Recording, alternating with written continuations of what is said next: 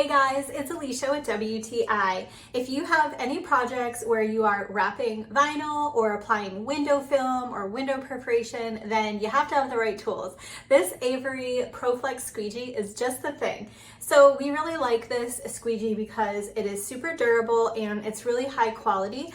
And this is the soft flex version of this particular squeegee. So it is a little bit softer and less stiff than the other ones. They come in 3 different versions. So this is really nice because the flexibility allows you to get into corners or tight spaces in the project you're working on and have that flexibility that you're looking for. So I like that there are these 2 ridges here. They help you to get a really good grip on the squeegee itself.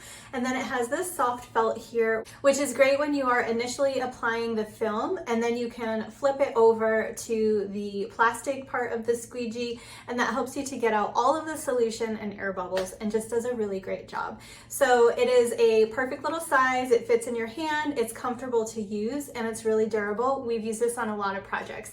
So if you're looking for a squeegee for applying graphics, then definitely check out this one from Avery. It's a great product, and that's my point of view.